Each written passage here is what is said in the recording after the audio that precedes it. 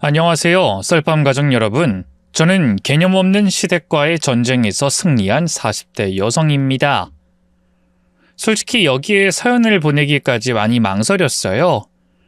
아무리 익명성이 보장된다고는 해도 가족 이야기란 결국 제 얼굴에 침 뱉기가 아닐까 싶어서 말이죠. 하지만 과거의 저처럼 시짜짓하는 인간들에게 바보같이 당하기만 하는 며느리가 또 있지 않을까 싶어서 용기를 냈네요. 부디 제 사연이 누군가에겐 타산지석이 되길 바라며 이야기를 시작해 보겠습니다. 어릴 때부터 제 인생은 고난의 연속이었어요. 부모님은 제가 초등학교에 들어가기도 전에 이혼하셨는데요. 두 분 다 따로 재혼을 염두에 둔 상대가 있었기 때문에 저와 여동생을 키우고 싶어 하지 않았어요. 말 그대로 짐덩이 취급했죠. 얘네 다 김씨 집안 핏줄이잖아. 난 안 키운다고 계속 말했으니까 당신이 데려가. 참나, 당신이 그러고도 애 엄마야? 세상 전체 지 배 아파 낳은 애들을 못 키우겠다고 하는 옆에 내가 어딨어? 그것도 남자에 미쳐가지곤. 왜? 뭐 그 자식이 너 혹 달고 오면 안 받아주겠다디? 여기서 그 사람 얘기가 왜 나오는데? 그러는 넌 바람 안 폈니? 언제는 그 상간녀가 애들 덕 다 키워줄 거라며. 막상 너 이혼하고 가려니까 애들은 안 된다고 했나 보지? 그런 년이 퍽이나 너한텐 지고지순하겠다. 지금이야 네 돈 보고 간이고 쓸기고 다 내어줄 것처럼 굴지. 너 늙고 병들어봐라. 또 다른 놈이랑 바람나서 너 버릴 거다. 이게 진짜 어디서 악담이야? 어쨌든 난 애들 못 키우니까 엄마인 네가 키워. 그렇게 부모님은 끝에 끝까지 치고받고 싸우기만 했고요. 결국 저와 동생은 눈칫밥을 먹으며 여기저기 떠돌다 시골에 혼자 살고 있던 할머니에게 맡겨줬어요. 할머니도 처음엔 저희 자매를 맡는 걸 거부하셨지만 결국 받아들일 수밖에 없었죠. 내 새끼들 고아원에 보낼 수도 없고 내 손으로 키울 수밖에 없겠구나. 그 말을 듣는 순간 느꼈던 커다란 안도감을 아직도 생생하게 기억하고 있어요. 할머니마저 저와 동생을 버리지 않도록 최선을 다해 착한 아이가 되겠다고 다짐했더랬죠. 하지만 현실은 녹록치 않았어요. 할머니는 가진 것 없는 가난한 노인이었거든요. 살던 집은 오래된 단칸방이었고요. 생활비라고는 고작해야 정부에서 나오는 쥐꼬리만한 장애연금뿐이었죠. 할머니는 한쪽 다리가 많이 불편하셨거든요. 그렇다고 해서 어디 기댈 곳이 있는 것도 아니었어요. 할아버지는 애저녁에 돌아가셨고요. 아버지를 비롯한 다른 자식들은 할머니를 없는 사람 취급했죠. 그래도 아버지가 저희를 맡긴 뒤로 양육비랍시고 몇 년간 돈을 붙여오긴 했는데요. 그마저도 바람피던 상간녀와 재혼한 뒤로는 뚝 끊겨버렸네요. 그러다 보니 저와 동생은 어릴 때부터 이 배고픔이라는 걸 늘 달고 살았죠. 한창 자라나는 성장기에 삼시세끼 다 챙겨 먹기는커녕 제대로 된 한 끼조차 해결하기 어려웠어요. 학교에서 급식이 나오는 날이면 그게 유일한 한 끼였고 방학 때는 밥 대신 라면 한 봉지로 하루를 버티는 날도 많았죠. 그러다 라면마저 똑 떨어지면 설탕물이나 밀가루를 개어 먹으며 허기를 달래곤 했네요. 하지만 배고픔보다 더 힘들었던 건 가난에 대한 부끄러움이었어요. 제가 학교를 다닐 당시엔 형편이 어려운 아이들만 무료급식을 먹었는데요. 문제는 그걸 먹으려면 따로 신청을 해야 한다는 거였어요.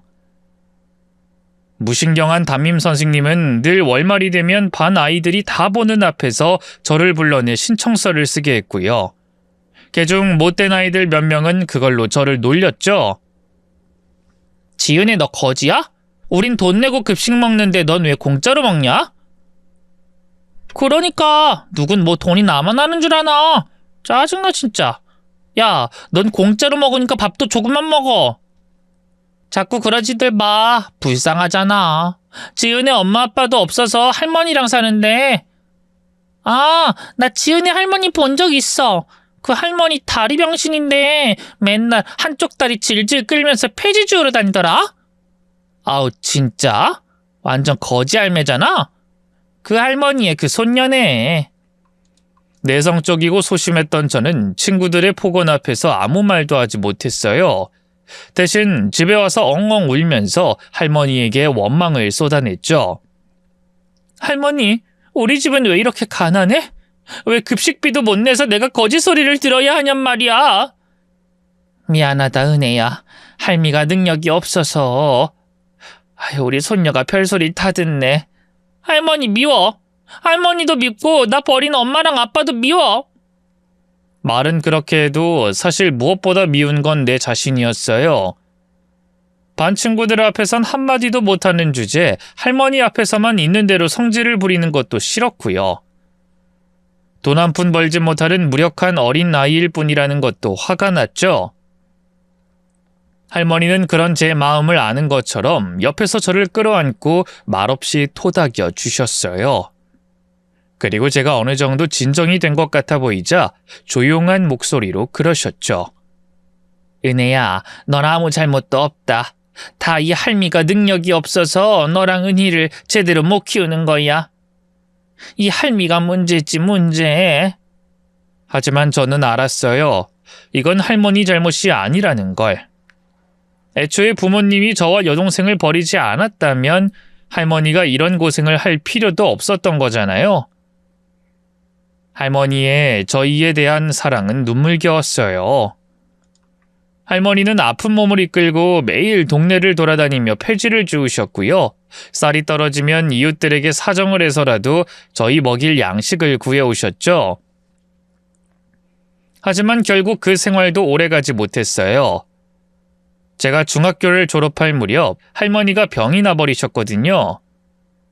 처음엔 단순히 피로 때문에 몸져 누우신 줄 알았어요. 근데 어느 날부턴가 기침을 심하게 하시더니 사지를 덜덜 떨며 좀처럼 일어나질 못하셨죠. 동네 병원에 모시고 갔더니 의사가 그러더라고요. 폐암입니다. 당장 수술하고 항암 치료 들어가야 하는데 할머니 연세에 영양결핍까지 겹쳐서 면역력이 너무 떨어진 상태예요. 이대로는 수술도 항암 치료도 버텨내지 못하실 겁니다. 그럼 저희 할머니는 어떡해요? 죽는 건 아니죠? 그쵸? 제 질문에 의사 선생님은 아무 말도 하지 못하셨어요. 함께 병원을 와준 복지센터 선생님이 말없이 제 어깨를 쓰다듬으셨죠. 저는 저와 동생의 유일한 보호자이자 가족인 할머니가 떠날까봐 너무 두려웠어요. 그래서 당장 할머니를 병원에 입원시키려고 했는데요. 문제는 병원비였어요. 제대로 된 보험 하나 없던 할머니였기에 병원비를 전부 생으로 내야 했는데요.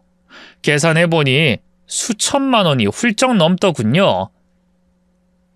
당장 통장에 몇십만 원도 없는 처지에 그런 어마어마한 병원비를 낼 수 있을 리 없었어요.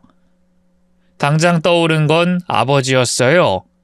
거진 10년 만에 아버지에게 전화를 걸었죠. 하지만 정작 전화를 받은 건 아버지가 아니라 낯선 여자였어요. 여보세요? 저 거기 지영수 씨 댁 맞나요? 맞는데요. 누구세요? 전 지영수 씨 딸 지은혜라고 하는데요.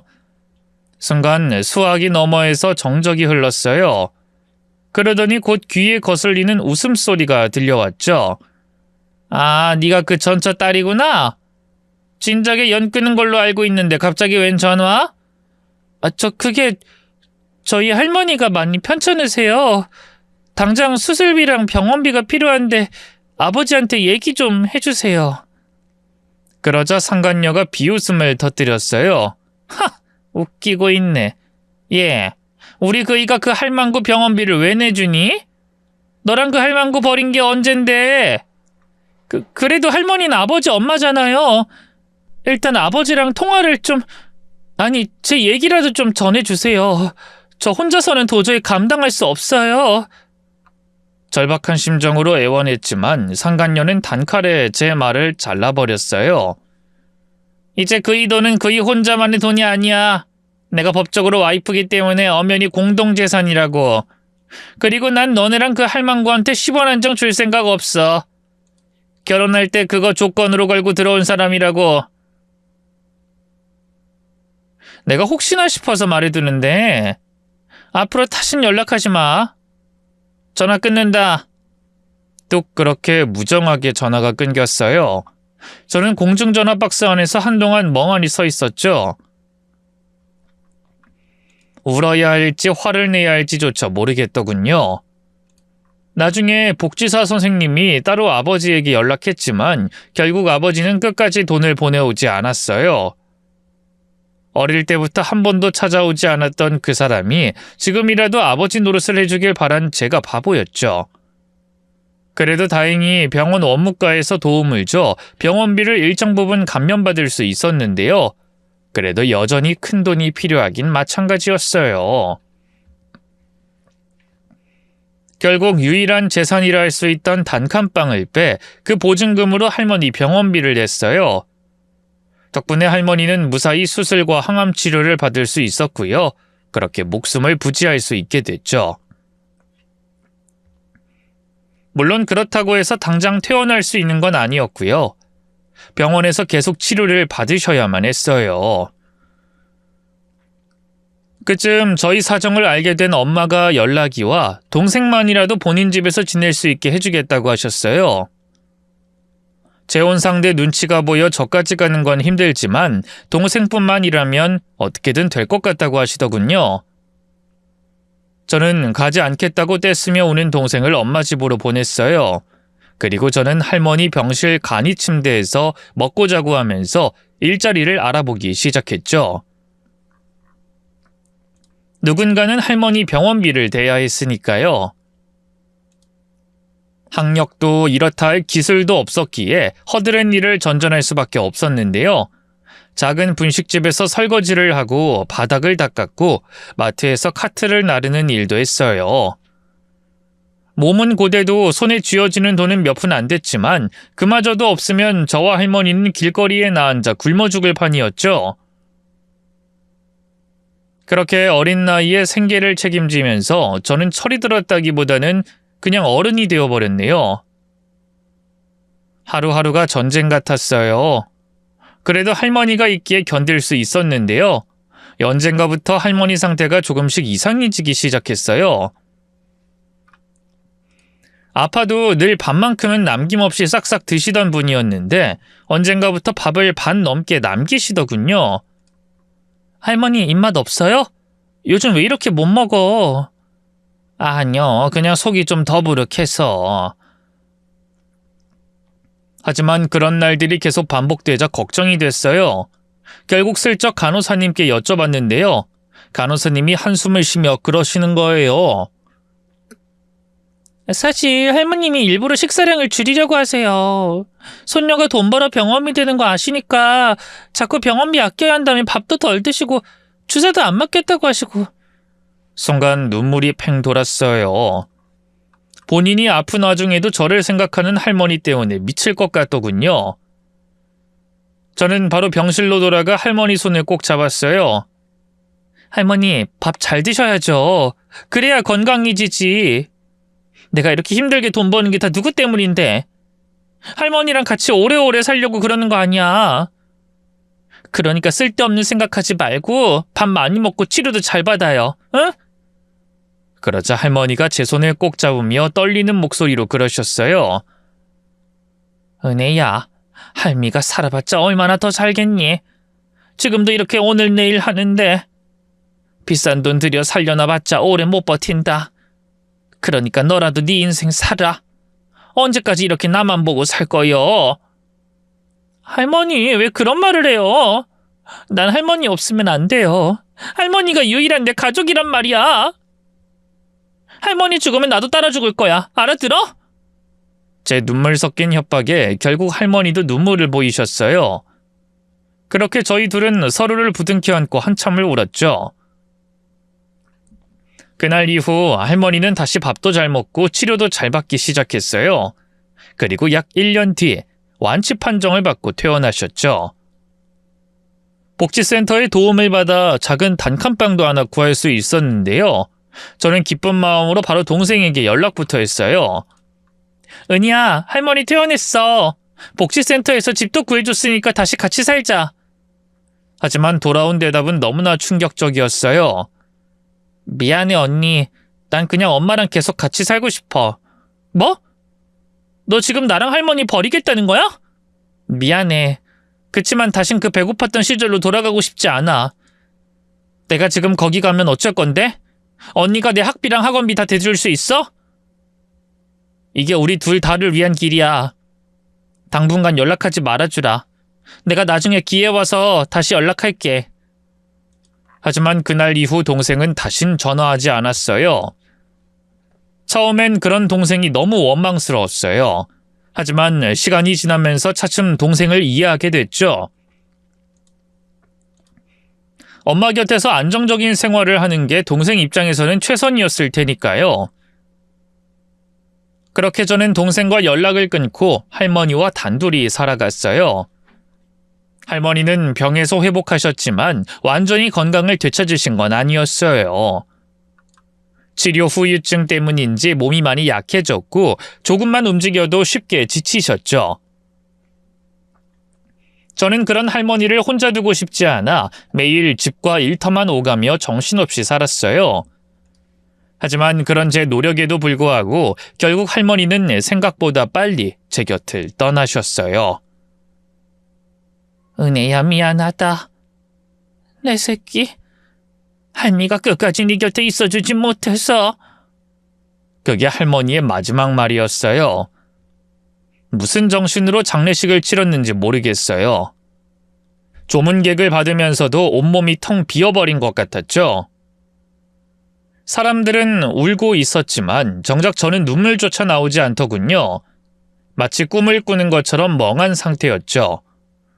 그러다 불현듯 정신이 든 건 장례식장에서 생각지도 못한 얼굴들을 마주했기 때문이었어요. 바로 몇 년 만에 보는 엄마와 동생이었죠. 엄마는 여전히 단정하게 꾸민 모습이었고 동생은 한눈에 봐도 사회생활을 잘하고 있는 듯한 차림새였어요. 명문대를 졸업하고 대기업에 들어갔다는 소식은 들었지만 직접 마주하고 나니 더 실감이 나더군요. 언니. 눈이 마주친 순간 동생이 조심스럽게 저를 불렀는데요. 그 순간 묘한 감정이 밀려왔어요. 반가움, 서운함, 그리고 자괴감. 저는 할머니 병고안 때문에 대학은커녕 고등학교도 졸업하지 못했는데 지금도 식당 허드렛 일을 전전하고 있는데 동생은 성공한 대기업 직장인이 되어 있었죠. 함께 같은 출발선에서 시작했는데 이렇게 다른 길을 걷고 있는 게 씁쓸하기만 했어요. 장례 치르느라 고생 많았겠다. 할머니 마지막 가시는 길 잘 챙겨드렸지? 엄마가 그렇게 말을 건넸지만 저는 대답하지 못했어요. 뭔가 얹힌 듯한 기분이었어요. 할머니가 떠난 것도 실감이 나지 않는데 오랜만에 만난 가족들이 너무 달라진 모습으로 나타나니 속에서 참을 수 없는 무언가가 치밀어 올랐죠. 그런데 바로 그때였어요. 동생이 멋쩍은 듯 머뭇거리더니 조용히 봉투 하나를 내밀었어요. 이거 조금이라도 보태고 싶어서. 딱 봐도 현금이 두둑하게 들어있는 봉투였어요. 일순, 이제 와서? 라는 말이 목구멍까지 차오르더군요. 제가 할머니 병원비를 대겠다고 죽어라 일하고 힘들게 버티던 때는 나 몰라라 했으면서 할머니가 살아계실 땐 연락 한 통 없던 주제. 이제 와서 돈 몇 푼 쥐어주면서 마음의 짐을 덜려고 하는 건가 싶었어요. 하지만 저는 애써 미소 지으면서 입을 열었어요. 됐어, 그냥 넣어둬. 아니야, 받아 언니.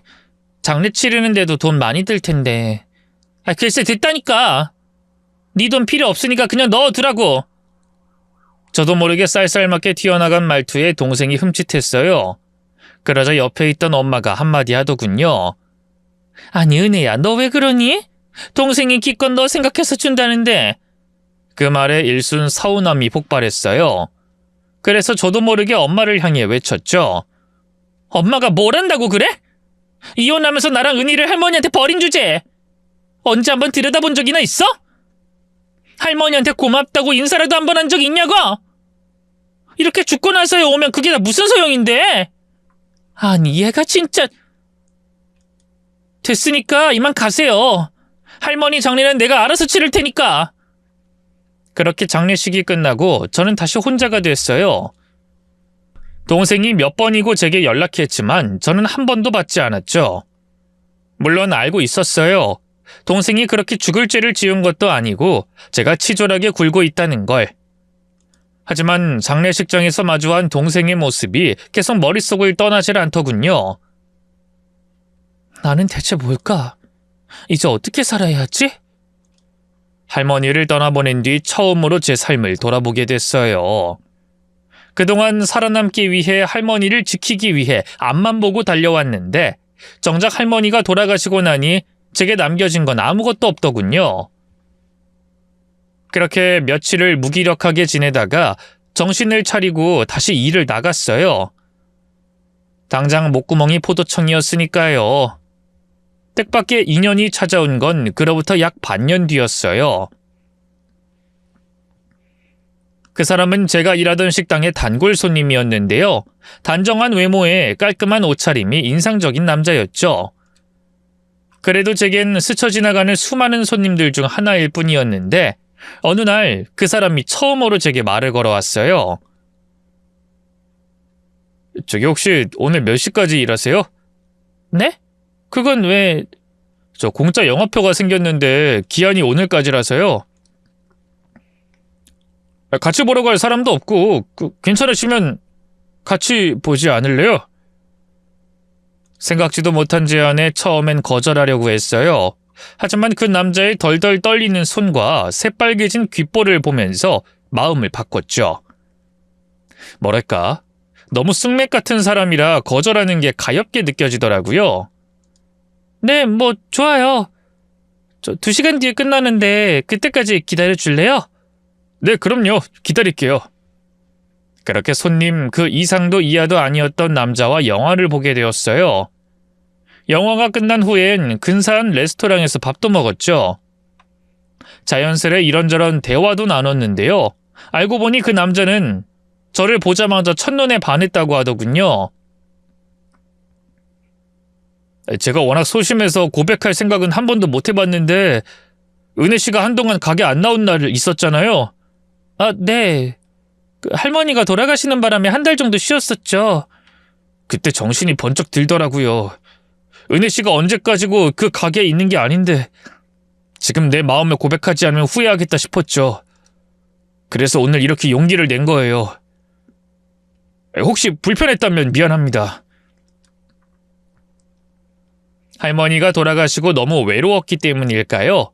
그 사람의 고백이 그렇게 싫지만은 않았어요. 아니, 오히려 보잘것없는 나를 좋아해 준다는 게 기뻤죠. 고민 끝에 저는 그 사람의 마음을 받아들여줬고요. 사귄 지 1년 만에 결혼까지 준비하게 됐어요. 하루빨리 제 가정을 꾸리고 싶기도 했고요. 그 사람이 제게 너무 지고지순했거든요. 이 사람과 함께라면 평생 사랑받고 살 수 있겠다 싶었죠. 하지만 결혼 생활이 마냥 행복했던 건 아니었어요. 시댁 식구들, 특히 시어머니가 저를 몹시 마음에 안 들어 하셨거든요. 그럴만도 했어요. 남편은 잘나가는 성형외과 의사에 형제들도 전부 번듯한 직업을 가지고 있었으니까요. 반면 저는 고졸에 가정사도 복잡했으니 시어머니 입장에선 마음에 들 리가 없었죠. 그래도 남편이 결혼을 밀어붙여서 어찌저찌 식을 치를 순 있었는데요. 문제는 그 다음부터였어요. 시어머니는 결혼을 허락하는 조건으로 합가를 요구했는데요.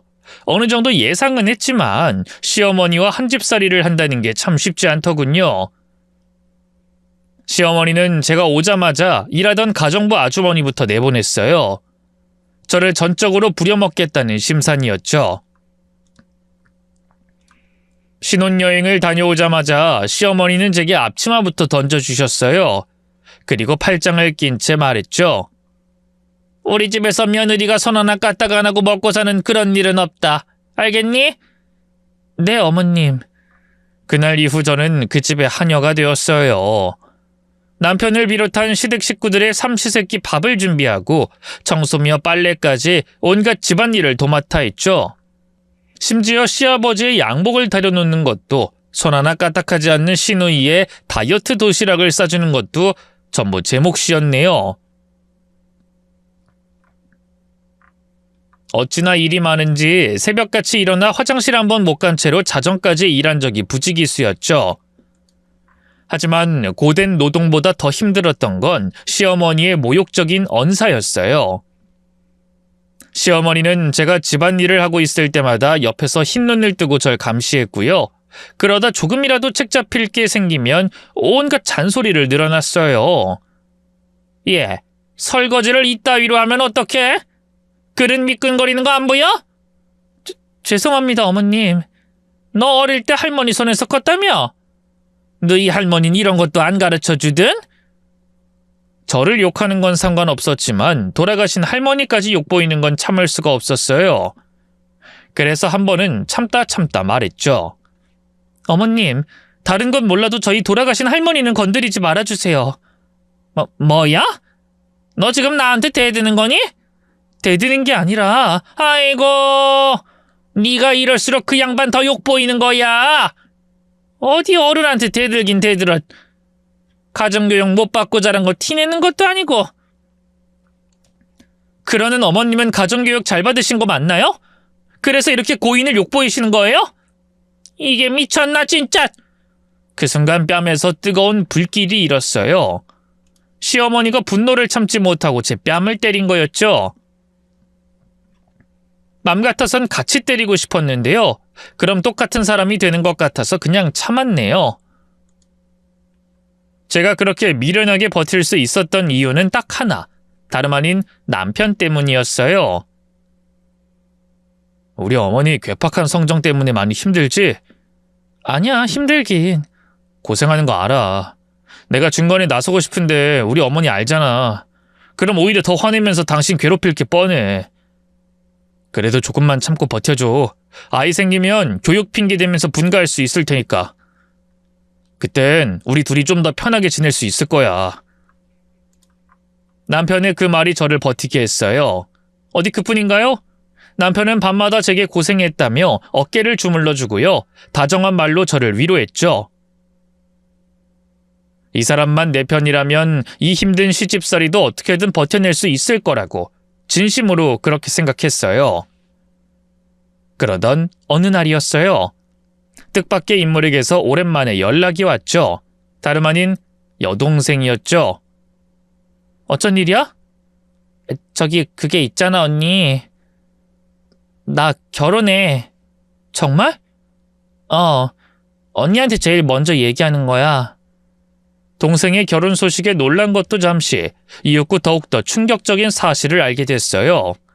바로 동생의 결혼 상대가 재벌 3세였다는 거죠. 제부 이름이 왠지 낯이 익는데. 그럴 거야. 실은 그 사람 우리 회사 대표님 아들이거든. 쭉 미국 지사에 있다가 얼마 전에 한국 들어왔는데 같은 부서에서 일하다 보니 어떻게 이렇게 됐네. 동생은 담담하게 얘기했지만 저는 경악할 수밖에 없었어요. 동생이 다니고 있던 회사는 국내에서도 손꼽히는 대기업이었으니까요. 동생이 그런 기업의 며느리가 된다니 도무지 믿기질 않았죠. 한동안 말이 안 나왔어요. 그동안 동생과 연락도 거의 안 하고 지냈고 솔직히 말하면 제 삶이 너무 팍팍해서 동생이 어떻게 사는지도 신경 쓸 여유가 없었거든요. 한참 말문이 막힌 채 있다가 어렵게 입을 열었어요. 그래, 결혼하는구나. 축하해. 축하한다는 말은 진심이었어요. 한때 동생에 대한 원망스러운 마음이 있던 것도 사실이었지만 그것도 다 세월의 풍파에 날아가 버렸죠. 괜히 혈육이겠어요? 비록 저는 시댁 때문에 고생하고 있지만 동생만큼은 좋은 남편, 좋은 시부모를 만나 진심으로 행복하게 살길 바랬죠. 그런 제 마음을 읽은 걸까요? 동생이 조심스럽게 입을 열었어요. 저기 언니, 내 결혼식 와줄 수 있지? 그럼 당연하지. 청첩장 나오면 또 연락해. 오랜만에 얼굴 한번 보자. 고마워, 언니. 그리고 미안해. 여전히 제 눈치를 보는 동생 때문에 괜히 마음이 아려왔어요. 그래서 청첩장이 나오자마자 바로 남편과 같이 동생을 만났죠. 그 자리에서 예비제부도 처음 만났는데요. 재벌 3세라고 해서 긴장했는데 다행히 소탈하고 좋은 사람 같더군요. 무엇보다 동생을 진심으로 사랑하는 것 같았죠. 은희한테 얘기 많이 들었습니다. 언니분이 은희 씨한텐 부모나 다름없는 존재였다고. 아유, 아니에요. 은희한테 제가 뭐 아무것도 해준 게 없는걸요. 그럴 리가요. 할머님 아프셨을 때도 은희한테는 공부하라고 하고 할머님 병원 비며 뒷바라지며 다 혼자 책임지셨다면서요? 은희 이렇게 잘 키워주셔서 정말 감사합니다. 혹시라도 제 도움이 필요한 일 생기면 언제든 얘기하세요. 은희가 입은 은혜 제가 꼭 갚아드리고 싶으니까요. 예비제부가 생각보다 더 깍듯한 사람이더라고요. 정작 저는 자매 사이의 일인데 뭘 본인이 나서서 은혜를 갚니마니 하나 싶었지만요. 그런데 제부의 이 말이 생각지도 못한 문제를 일으켰어요. 글쎄 남편이 별 생각 없이 그 말을 시어머니한테 전한 거예요. 예, 이번에 너희 동생이 땡땡기업 며느리가 된다면서? 그게 정말이야? 아, 네. 네가 일찍이 학교 그만두고 일한 게 다 너희 동생 뒷바라지 하느라 그런 거 아니니? 이번 기회에 그렇게 고생한 거 다 받아내야지. 사돈처녀 신랑 될 사람도 뭐든 다 얘기하라고 했다며. 은혜 갚고 싶다고. 은혜 갚고 말고 할 게 뭐가 있어요, 자매 사이에. 그리고 동생 뒷바라지를 제가 했다고 보긴 힘들어요. 할머니 쓰러지고 동생은 바로 엄마한테 가서 살았거든요. 어쨌든 너 혼자 고생하면서 너희 할머니 책임진 건 맞잖아. 그럼 그 고생한 값 받아내야지. 안 그래도 우리 경준이 곧 병원 이전해야 하는데 요즘 건물값이 말도 안 되게 올랐어. 알지? 이번 기회에 그쪽 집안에서 건물 한 채 내어주면 좀 좋아? 시어머니의 말도 안 되는 욕심에 입이 떡 벌어졌어요. 재벌가에 시집 가는 게 저도 아니고 제 동생인데 건물을 하나 달라는 게 말이나 되나요? 그래서 딱 잘라 거절했죠. 어머님, 무슨 말도 안 되는 말씀을 하세요. 동생 뒷바라지 한 건 제가 아니라 저희 친정 엄마라니까요? 그리고 설사 제가 뒷바라지 했다고 해도 어떻게 염치 없이 건물을 한 채 달라고 해요? 제 말에 시어머니의 얼굴이 울그락불그락해졌어요. 뭐가 어쩌고 어째? 그럼 나 뭐 염치가 없다 이거야? 네가 이렇게 멍청하니까 우리 경준이가 아직도 그런 작은 병원에서 빌빌대고 있는 거 아니야? 다른 의사들은 와이프 잘 만나서 진작에 강남 금싸라기 땅에 큰 병원 내고 잘 살고 있는데. 긴 말할 거 없고 너 사돈 처녀한테 딱 10억만 달라고 해라. 네? 10억이 무슨 남의 집 개 이름도 아니고. 전 그런 요구 못해요, 어머님. 할 생각도 없고요. 그 말을 끝으로 방으로 들어와 문을 닫았어요. 하지만 시어머니는 좀처럼 포기를 모르셨죠. 거진 매일같이 10억 얘기를 꺼내며 저를 들들 볶으셨네요. 남편도 힘들었는지 나중에 제게 그러더군요. 여보, 그냥 처제한테 한번 말이라도 해보면 안 될까? 어머니가 들들 볶으니까 너무 힘들어서 그래. 아무리 그래도 그런 말을 어떻게 해? 그렇지만 당신 시집 올 때 빈몸으로 온 건 사실이잖아. 어머니가 유독 당신한테 모질게 구는데도 그 이유도 있는데. 처제가 10억, 아니 그 반의 반이라도 해주면 어머니 태도도 달라지지 않겠어? 솔직히 재벌가 시집 가는데 몇 억은 껌값이지 뭐. 당신까지 정말 왜 그래? 우리가 없이 사는 것도 아니고 충분히 잘 먹고 잘 살고 있는데 왜 시집 가는 애한테 그런 걸 부탁해야 되는데? 은희가 돈으로 팔려가는 것도 아니고. 무슨 말을 그렇게 해 또. 그냥 말 한번 해볼 수도 있는 거 가지고. 당신이야말로 왜 그래? 내 동생이 재벌가로 시집 간다니까 진짜 콩꽃물이라도 떨어지길 기대하는 거야? 언젠가부터 남편과의 사이도 조금씩 금이 가기 시작했어요. 대화를 시작하면 자꾸만 다투게 되더군요.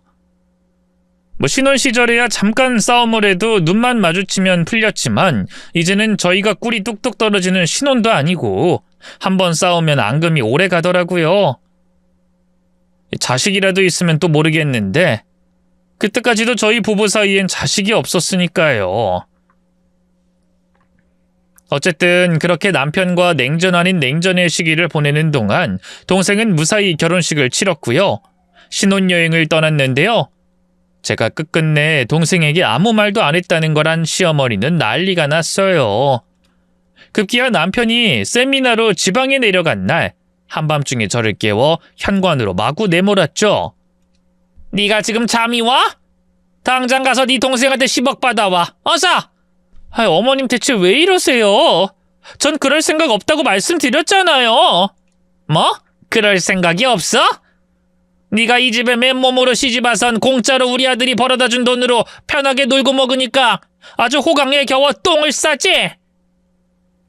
됐고, 네 동생한테 10억 받아올 때까진 이 집에 한 발짝도 못 들어와. 10억 가져오기 전엔 들어오지 마! 어머님!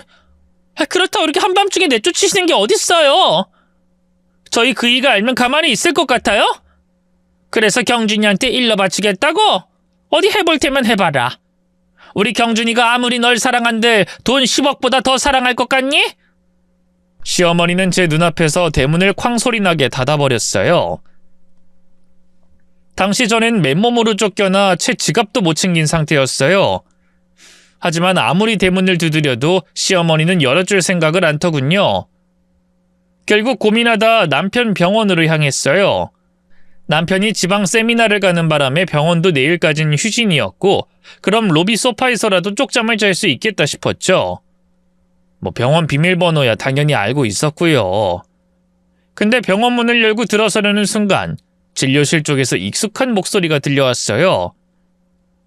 걱정하지 마. 집사람한텐 세미나라고 둘러댔으니까 내일까진 여기 아무도 안 온다고. 그치만 병원에서 이러는 건 좀 그래. 그냥 호텔로 가면 안 돼? 그럼 일단 나한테 뽀뽀해줘. 한번 생각해 볼 테니까. 뭔 말린다니까 진짜. 이리 와봐, 뽀뽀해 줄 테니까. 누가 봐도 사랑을 속삭이는 두 남녀의 목소리에 심장이 철렁했어요. 설마 하는 마음으로 남편의 진료실 쪽으로 다가갔는데요. 반쯤 열린 문틈으로 보인 건 남편과 웬 여자가 진하게 스킨십을 나누는 모습이었어요. 여자는 다름 아닌 남편 병원에서 일하는 간호사였죠. 도무지 믿을 수가 없었어요. 세상에 나밖에 모르는 것 같던 지고지순하던 남편이 다른 여자를 끌어안고 있다니. 하지만 더 경악스러운 건 이어진 남편의 말이었어요. 조금만 기다려. 나 이혼만 하면 너한테 바로 올 테니까. 말로만? 그놈의 이혼 대체 언제 하는 건데? 기다려. 그 옆에는 아주 쓸모없는 년인 줄 알았는데 이번에 처제가 재벌가로 시집을 갔단 말이야. 그동안 그 옆편네 꽁으로 먹여 살렸던 값은 다 받아내야지. 그 10억? 근데 그 아줌마가 정말 받아낼까? 동생하고 거의 연락도 안 하고 살았다며. 받아내게 해야지. 안 그래도 어머니가 지금 계속 닥달하고 있어. 근데 그것도 안 먹히면 병원 부도 났다고 구라를 좀 칠까 해. 당장 지 남편 병원이 망하게 생겼다는데 그래도 지가 구걸하기 싫다고 버티겠어? 그 천박한 말에 손이 덜덜 떨렸어요. 내가 알던 그 사람이 맞나 싶을 정도였죠. 당장이라도 뛰어들어가 남편의 머리채를 잡고 싶었는데요. 그러기 전에 해야 할 일이 있었어요. 바로 증거 수집이었죠. 그 와중에 그런 게 생각나다니. 평소 이혼 관련 프로그램을 열심히 본 게 도움이 되더군요. 어쨌든 저는 핸드폰을 꺼내 남편과 상간녀의 모습을 동영상으로 촬영하기 시작했어요. 그리고 어느 정도 증거가 수집됐다고 생각하자마자 남편의 진료실 안으로 뛰어들어갔죠. 당신 미쳤어? 세미나 간다며? 간호사랑 진료실에서 이렇게 붙어먹는 게 세미나야? 당신이 이 시간에 병원엔 어떻게... 네 잘난 애미가 날 쫓아냈거든. 내 동생한테서 10억 받아오라고. 그 애미의 그 자식이라고 너도 똑같은 쓰레기였어. 아무것도 모른 채 너 하나만 믿고 산 내가 멍청했지. 네가 어떻게 나한테 이럴 수가 있어? 어떻게? 저는 남편이 변명이든 사과든 할 거라고 생각했는데요. 기가 막히게도 남편은 뒷머리를 벅벅 긁으며 짜증을 내더군요. 그래서 뭐 어쩌라고. 그러게 진작에 처제한테 말해서 10억 가져왔으면 됐잖아. 그럼 우리 어머니도 당신 예뻐했을 거고 나도 다른 여자한테 한눈 파는 일 없었을 거 아니야? 뭐? 뭐? 지금 그걸 말이라고 해? 당신이 바람 피운 게 내가 돈을 안 가져와서야? 뭐 아니라고 할 순 없지. 요즘 돈 문제로 우리가 얼마나 많이 싸웠냐? 뻔뻔한 남편의 말에 속에서부터 불길이 치솟아 올랐어요. 전 그대로 달려가 남편의 머리채를 잡고 힘들었죠. 안 그래도 머리숱 없는 게 콤플렉스였던 남편은 비명을 지르며 살려달라 외쳤네요. 당신 뭐 하는 거야? 이거 안 놔? 나한테 머리카락 한 올 한 올이 얼마나 소중한 줄 알면서 이거 놔. 제발 놓으라고! 내가 놓긴 왜 놓니? 너처럼 아랫도리 관리 못하는 놈은 차라리 대머리가 돼서 여자들한테 헛수작 못하게 해야 돼. 저는 남편의 머리카락을 보란듯이 한 움큼 뽑아놨어요. 그리고 옆에서 벙쪄있던 상간녀의 뺨도 시원하게 날려줬죠. 내가 니들이 여기서 하고 있던 더러운 짓 다 찍었거든. 위자료 토해낼 준비나 해. 법정에서 보자고, 알겠니? 그렇게 저는 씩씩거리며 진료실 문을 나섰는데요. 그 사이 시어머니에게 문자가 한 통 와 있더군요. 너 너희 동생한테 10억 안 받아오면 소박 맞을 줄 알아. 다신 집에 발 디딜 생각도 마. 하고 또다시 협박질을 하고 있더라고요. 저는 그 문자에 감사해요. 영원히 안 들어갈게요. 하고 시원하게 답장을 보냈어요. 그리고 그 순간부터 시댁과의 전쟁을 선포했죠. 제가 제일 먼저 한 일은 변호사 사무실을 찾아간 거였어요. 지금까지 제가 겪은 일련의 일들을 말해주자 변호사는 바로 이혼 소송과 상간녀 소송을 하자고 하더군요. 그런데 그 비용이 제가 생각했던 것보다 셌어요. 고민하다 동생에게 연락해 자초지종을 설명했는데요. 동생은 바로 1억이라는 큰 돈을 보내주더군요. 돈 더 필요하면 말해. 솔직히 형부 처음 봤을 때부터 인상이 쎄하더라니. 그런 쓰레기인 줄 알았으면 진작에 언니한테서 떼어냈을 텐데. 분명 뒤가 구린 짓을 더 하고 있을 거야. 내가 사람 붙여서 형부 뒷조사 좀 해볼게. 괜찮지? 그렇게 해주면 나야 고맙지. 솔직히 변호사를 만나고 나서도 많이 막막했거든요. 저는 아무것도 가진 게 없는 주부인데 남편은 잘나가는 성형외과 의사였으니까요. 제가 과연 이길 수 있을까 싶었는데 동생의 존재가 그렇게 든든할 수가 없더군요. 그리고 동생의 촉은 맞았어요. 동생이 흥신소를 통해 남편 뒷조사를 하자마자 충격적인 사실들이 우수수 드러났죠. 알고 보니 남편의 바람은 처음이 아니었어요. 저와 결혼하고 얼마 안 돼서부터 스튜어디스, 간호사, 카페 알바생 등 이 여자 저 여자 닥치는 대로 만나고 다녔더군요. 그뿐만이 아니었어요. 알고 보니 남편은 병원에서 불법적으로 유통되는 성형 재료를 사용하고 있었어요. 늘 안전한 프리미엄 성형을 내세웠으면서 원가 절감을 위해 질 낮은 수입 실리콘과 허가받지 않은 필러를 사용하고 있었죠. 해외에서 불법 반입된 보톡스를 무단 사용한 정황도 잡혔네요. 결정적인 증거를 확보하기 위해 저는 남편 병원의 전 직원들과 접촉했어요. 처음엔 다들 무서워서 입을 열지 않았지만 동생이 변호사를 통해 공익제보자 보호제도를 설명하고 거액의 보상금을 제시하자 몇몇 직원들이 입을 뗐어요. 그렇게 직원들의 증언과 내부 문서까지 확보한 저는 바로 보건당국에 신고했고요. 얼마 지나지 않아 남편 병원은 압수수색을 당했죠. 남편은 처음엔 태연하게 나오다가 병원이 들통나고 의사 면허까지 위험해지자 태도가 180도 바뀌었죠. 저를 찾아와 애걸복걸하며 싹싹 빌더라고요. 은혜야, 내가 잘못했어. 나한텐 너뿐인데 우리 어머니가 하도 널 싫어하니까 나도 거기 넘어가서 잠깐 어떻게 됐었나 봐. 난 너 없으면 안 돼. 그러니까 이혼만 하지 말자. 그래? 나랑 이혼하기 싫어? 그럼 난 너 없으면 안 된다니까. 그럼 10억 가져와봐. 나한테 10억 주면 이혼 다시 고려해 볼 테니까. 뭐? 너 지금 농담하는 거지? 나한테 10억이 어딨어. 지금 네가 신고하는 바람에 병원도 다 망하고 난 의사 면허 취소되게 생겼는데. 그게 왜 나 때문이야? 네가 깨끗하게 살지 않은 탓이지. 됐고 10억 가져와. 그럼 이혼 다시 생각해본다니까? 아, 은혜야, 10억이 무슨 남의 집 개 이름도 아니고. 왜? 당신이랑 당신 엄마가 나한테 했던 말 그대로 돌려주는 것뿐인데. 10억 못 가져오겠지? 그럼 얌전히 재판이나 준비해. 은혜야, 잠깐만! 저는 붙잡는 남편을 뿌리치고 돌아섰어요. 제가 단호하게 나오자 결국 남편도 이혼을 받아들였고요. 변호사를 통해 협상하자고 하더군요. 하지만 저는 협상 따위 필요 없었어요. 이미 남편의 모든 비리와 불륜 증거를 가지고 있었으니까요. 그렇게 남편이 몰락하는 동안 시어머니 역시 저한테 계속 연락을 해왔어요. 은혜야, 아가, 내가 미안했다. 사실 널 그렇게까지 내쫓을 생각은 없었는데. 설마 내가 진짜 10억에 눈이 멀어 그랬겠니? 그냥 네 길을 좀 꺾어줄 생각으로. 이제 와서 그런 변명하실 필요 없어요. 다 끝난 일이니까요. 내가 다 잘못했다.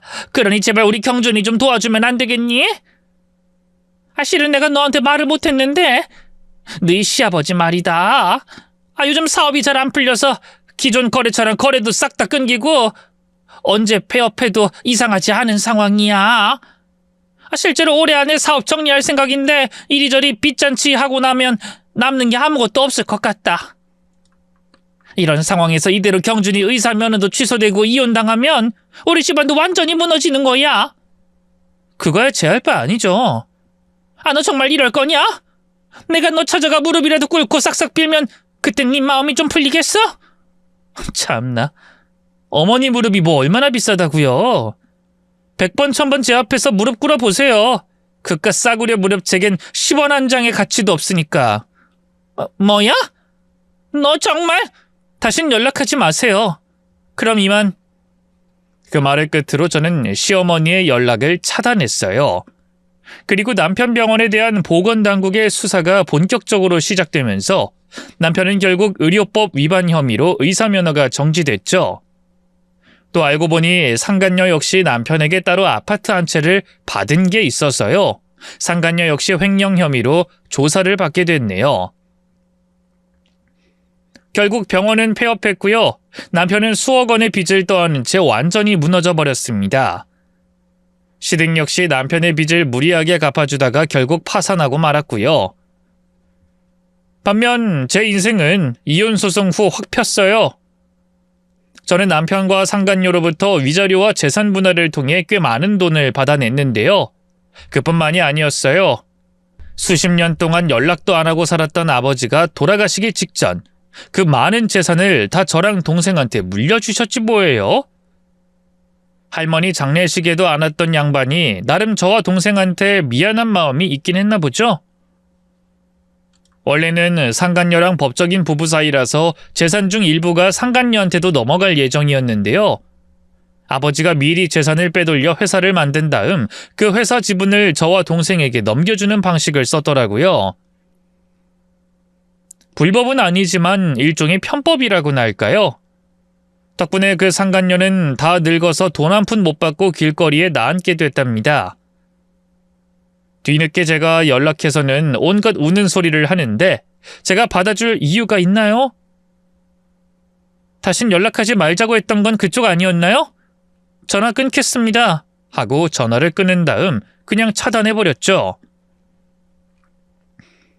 어쨌든 그렇게 아버지에게 물려받은 재산과 남편에게 받은 위자료 등을 더하니 꽤나 억소리 나는 돈이 모였어요.